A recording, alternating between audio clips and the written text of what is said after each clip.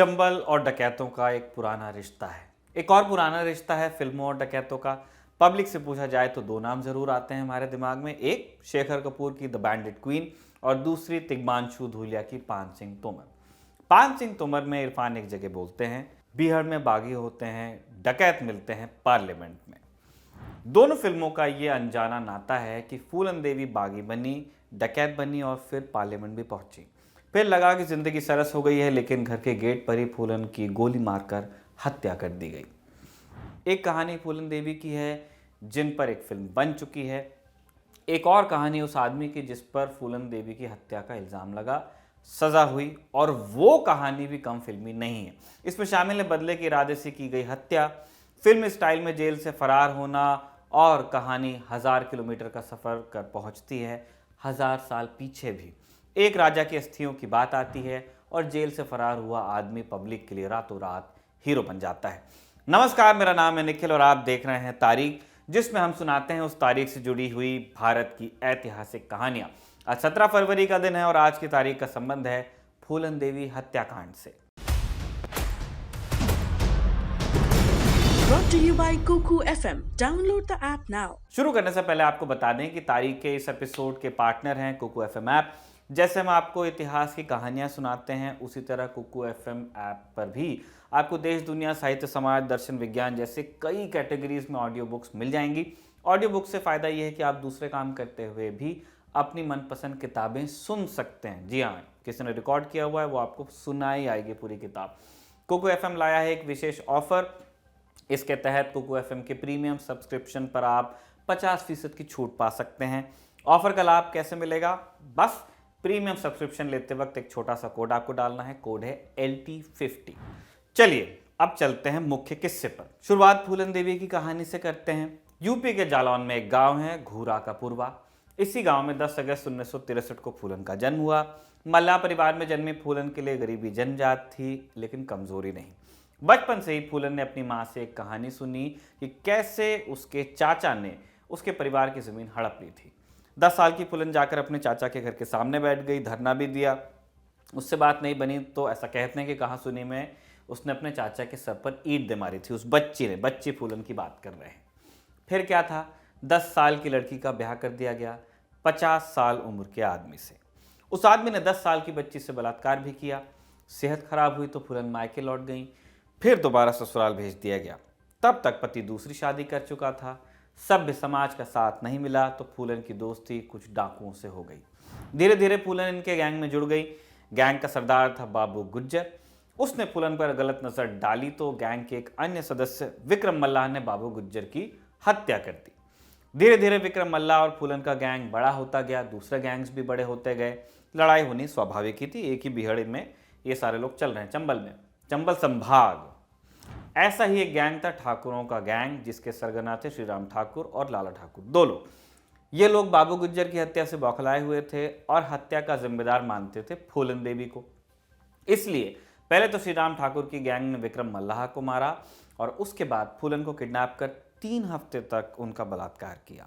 इसके बाद उन्हें नग्न करके सड़कों पर भी घुमाया गया। यहाँ से छूटकर फूलन ने दोबारा अपना गैंग बनाया और कुछ साल बाद दोबारा फूलन इसी बहमई गांव लौटती हैं, वही गांव जहां उनके साथ एक कुकृत्य किया गया था। बदला लेने के लिए फूलन ने गांव के 22 ठाकुरों को लाइन से खड़ा किया और गोली मार दी। इस नरसंहार के बाद फूलन की छवि एक खूंखार डकैत की हो गई। ठाकुरों को राजनीति में वर्चस्व था। इस हत्याकांड के बाद यूपी के तत्कालीन मुख्यमंत्री VP सिंह को इस्तीफा देना पड़ा था। पुलिस फूलन के पीछे पड़ गई। उनके सर पर इनाम रखा गया और मीडिया में फूलन को एक नया नाम मिला, बैंडिट क्वीन। तब मध्य प्रदेश के भिंड जिले के SP हुआ करते थे राजीव चतुर्वेदी। वो लगातार फूलन के गैंग से बात करते थे, कांटेक्ट में रहते थे। उन्हीं की कोशिशों का नतीजा था कि फूलन ने इस घटना के 2 साल बाद आत्मसमर्पण किया मध्य प्रदेश के तत्कालीन मुख्यमंत्री अर्जुन सिंह के सामने। दरअसल किस्सा ये बताया जाता है कि फूलन देवी ने शर्त रखी थी कि अगर वो आत्मसमर्पण करती हैं तो वो उत्तर प्रदेश की पुलिस के सामने नहीं, मध्य प्रदेश पुलिस या मध्य प्रदेश शासन के तत्वाधान में करेंगी, और वो किसी नेता को नहीं, वो गांधी जी के फोटो के सामने अपना हथियार रखना चाहती थी। तो यही तय हुआ। यूपी में आत्मसमर्पण नहीं हुआ, सरेंडर हुआ मध्य प्रदेश में। इसीलिए भिंड जिले का जिक्र हुआ। अर्जुन सिंह मध्य प्रदेश के मुख्यमंत्री हुआ करते थे और जो चंबल संभाग लगा हुआ है वहीं पे आपके रवाइन से बीहड़ हैं, जहां पे एक समय डकैतों की एक बहुत बड़ी समस्या हुआ करती थी। 3 जिले हैं आज भी चंबल में, और इसी चंबल संभाग से लगा हुआ है बुंदेलखंड का वो इलाका भी जहां पर डकैतों की समस्या एक लंबे समय तक के रही। यहीं से फूलन देवी का भी आना हुआ था। फूलन देवी पर 22 आरोप लगे हत्या के, 22 हत्याओं के, 30 डकैती के आरोप थे और 18 अपहरण के चार्जेस थे। उन्हें 11 साल जेल में सजा के तौर पर गुजारने पड़े। फूलन के बारे में लेखक अरुंधति रॉय लिखती हैं कि जेल में फूलन से बिना पूछे ऑपरेशन करके उनका यूट्रस यानी बच्चेदानी निकाल दी गई। डॉक्टर ने पूछने पर कहा कि अब ये दूसरी फूलन नहीं पैदा कर पाएगी। फिर 90 का दौर आया, मुलायम सिंह उत्तर प्रदेश के मुख्यमंत्री बने और उनकी सरकार ने फूलन पर लगे सारे आरोप वापस ले लिए। राजनीतिक रूप से ये बहुत बड़ा फैसला था। साल 1994 में फूलन जेल से छूट गई। उम्मेद सिंह से उनकी शादी भी हुई। 1996 में फूलन देवी ने समाजवादी पार्टी से चुनाव लड़ा और वो जीती भी। मिर्जापुर से सांसद बनी वो। चंबल में घूमने वाली फूलन अब दिल्ली के अशोका रोड के एक शानदार बंगले में रहने लगी। 1998 के चुनाव में फूलन को हार का सामना करना पड़ा, लेकिन अगले साल ही फिर चुनाव हुआ और फूलन इस बार जीत गई। एक जीता, फिर हारी, फिर से एक चुनाव जीत लिया। जिंदगी एक ढर्रे में चलने लगी। एक डकैत से नेता बनी फूलन हमेशा चर्चा में रहती। जिंदगी जितनी कहानीनुमा थी, फूलन की मौत भी उतनी ही नाटकीय रही। 25 जुलाई 2001 का दिन था। वो दोपहर 1:30 हुए थे। फूलन अपने दिल्ली वाले बंगले के गेट पर खड़ी थी। तभी 3 नकाबपोश आए और फूलन पर ताबड़तोड़ गोलियां चला दी उन्होंने। इसके बाद नकाबपोश एक मारुति 800 में बैठकर भाग भी गए। फूलन को दिल्ली के राम मनोहर लोहिया अस्पताल ले जाया गया, जहां डॉक्टर्स ने उन्हें मृत घोषित कर दिया। इस हमले का मुख्य आरोपी था शेर सिंह राणा। राणा ने जो कहानी सुनाई वो भी कम हैरत अंगेज नहीं थी। राणा ने यह दावा किया कि उस दिन वो फूलन से मिलने गया था और उसने इच्छा जताई कि वो फूलन के संगठन एकलव्य सेना से जुड़ेगा। फूलन ने उसे खीर भी खिलाई, जिसके बाद उसने गेट के बाहर निकलते ही फूलन की गोली मारकर हत्या कर दी। जब कारण पूछा गया तो उसने कहा कि बेमई में ठाकुरों के सामूहिक नरसंहार का बदला उसने लिया है। पुलिस ने शेर सिंह राणा को गिरफ्तार करके जेल में डाला। सुनवाई शुरू हुई और उसी रफ्तार से चलने लगी जैसे आमतौर में भारत में केसेस चलते हैं। शेर सिंह की कहानी में एक बड़ा मोड़ आता है फूलन देवी की हत्या के लगभग 3 साल बाद। आज ही की तारीख थी, यानी कि 17 फरवरी 2004। सुबह का वक्त था। सूरज भी जेल की चारदीवारी चढ़ भी नहीं पाया था कि तभी जेल का गेट खुलता है।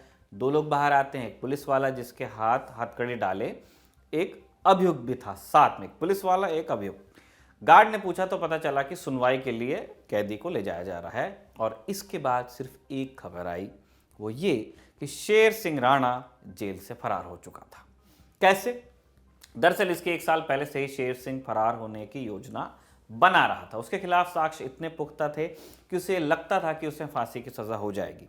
इसलिए उसने जेल के अंदर ही कुछ गैंगस्टर से पहचान बनाई और रुड़की से एक बहरूपिये को हायर किया। संदीप ठाकुर नाम का यह व्यक्ति 6 लाख में शेर सिंह को छुड़ाने के लिए राजी भी हो गया। 6 लाख तब के हैं, 2022 के नहीं जब रिकॉर्ड हो रहा है। इसके बाद संदीप ने अपना नाम बदला और प्रदीप ठाकुर रख लिया। इसी नाम से वो शेर सिंह का वकील बन के उससे मिलने जाने लगा। शेर सिंह राणा के भाई ने संदीप को एक हथकड़ी और पुलिस की यूनिफॉर्म दिलवाई। 16 फरवरी की शाम संदीप शेर सिंह से मिलने पहुंचा और अगली सुबह का पूरा प्लान बता दिया। अगले दिन शेर सिंह को एक मामले में हरिद्वार की एक अदालत में पेश होना था। ये पहले से बना हुआ प्लान था, उसे पेश होना था सरकारी कार्रवाई में। अब हुआ ये कि पुलिस की यूनिफॉर्म पहनकर संदीप सुबह 7 बजे जेल पहुंचा। पुलिस की जो टीम, असली पुलिस वाली जो शेर सिंह को हरिद्वार ले जाने के लिए आने वाली थी, उसे आना था 8 बजे। संदीप ने एक फॉर्म भरा और एक जाली वारंट दिखा दिया।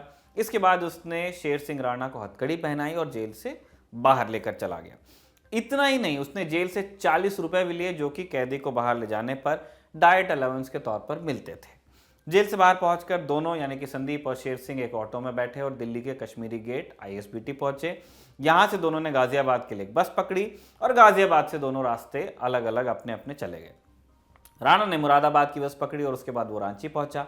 रांची से उसने दिल्ली पुलिस के एक ACP के नाम का एक फेक पासपोर्ट बनवाया और कोलकाता से बांग्लादेश में घुस गया।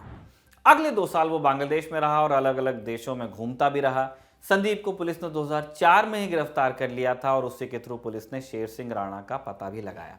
राणा रहता तो बांग्लादेश में था, लेकिन वीजा रिन्यू करने के लिए उसे बार बार कोलकाता आना पड़ता था। अब 2006 में राणा जब अपना वीजा रिन्यू कराने कोलकाता आया तो पुलिस ने उसे धर दबोचा। तब एक और नई कहानी बुनी उसने। राणा ने पुलिस को बताया कि वो जेल से फरार अपने लिए नहीं हुआ था बल्कि देश के लिए हुआ था। वो ऐसे है कि जेल में उसे पता चला कि पृथ्वीराज सिंह चौहान की समाधि अफगानिस्तान में है और बगल में ही मोहम्मद गौरी की कब्र है। उसे पता चला कि अफगानिस्तान में पृथ्वीराज सिंह की समाधि का अपमान किया जाता है। गौरी की कब्र में जाने वाले पहले पृथ्वीराज की समाधि पर चप्पल मारते हैं, ऐसे उसने बताया। इसलिए उसने बांग्लादेश से कंधार का रुख किया। वहां से हेरात होते हुए वो गजनी पहुंचा और गजनी के बाहर ही एक छोटा सा गांव है जहां मोहम्मद गौरी की कब्र है। उसी के बगल में उसे पृथ्वीराज सिंह चौहान की समाधि मिल गई। राणा ने बताया कि उसने वहां के लोकल लोगों को समझाया कि वो गौरी की कब्र की मरम्मत करना चाहता है और इसी दौरान उसने पृथ्वीराज सिंह चौहान की समाधि को खुदवाया और वहां से कुछ मिट्टी इकट्ठा कर ली। इस पूरी घटना का एक छोटा सा वीडियो भी उसने बनाया और अप्रैल 2005 में भारत लौटकर उसने उस मिट्टी को इटावा भेजा और वहां के लोकल नेताओं से कार्यक्रम का आयोजन भी करवाया। इस कार्यक्रम में राणा की माता सतवती देवी चीफ गेस्ट थी। उनकी मौजूदगी में एक मंदिर का शिलालेख भी बनवाया गया और वहां पर पृथ्वीराज सिंह चौहान की अस्थियां रख दी गई। 2006 में गिरफ्तारी के बाद पुलिस ने शेर सिंह राणा को दोबारा जेल में डाला। इस डर से कि वो भाग न जाए उसे लाल कपड़े पहनाए गए, लेकिन बाद में कोर्ट में अपील के चलते उसे सफेद कपड़े पहनने को दिए गए। साल 2012 में शेर सिंह राणा को जेल से ही यूपी का चुनाव पर्चा भरने का भी मौका मिल गया। साल 2014 में कोर्ट ने उसे फूलन देवी हत्याकांड में दोषी मानते हुए आजीवन कारावास की सजा सुनाई। 2016 में मामला हाईकोर्ट पहुंचा जहां शेर सिंह राणा को बेल मिल गई। ठाकुरों के नरसंहार का बदला लेने के चलते ठाकुर समाज में शेर सिंह राणा की छवि हीरो की बन गई, जिससे और चमकाहट मिली पृथ्वीराज सिंह चौहान की अस्थियां वापस लाने वाले दावे से। किस्सा चला कि शेर सिंह पर एक फिल्म बनने वाली है। फिल्म तो नहीं बन पाई, लेकिन यूट्यूब पर गाने जरूर चले जिनमें राणा की तस्वीर वाली टी शर्ट पहने लड़के उन्हें अपना हीरो बता रहे हैं। वीडियो खत्म करने के पहले एक जरूरी सूचना, 16 फरवरी 2022 से शुरू हो चुकी है क्रिप्टो करेंसी की क्लास, मतलब एक नया पैसा का सीजन 2। आपके तमाम सवालों के जवाब, चिंताओं का निदान और शंकाओं का समाधान एक ही जगह पर होने वाला है। देखने के लिए जुड़े रहिए दिल ऑन टॉप के साथ। इसी के साथ हम खत्म करते हैं आज की तारीख का ये एपिसोड, जिसे लिखा था हमारे साथी कमल ने और कैमरे पर इसे रिकॉर्ड किया था हमारे दोस्त जतिन ने। देखते रहिए दिल ऑन टॉप।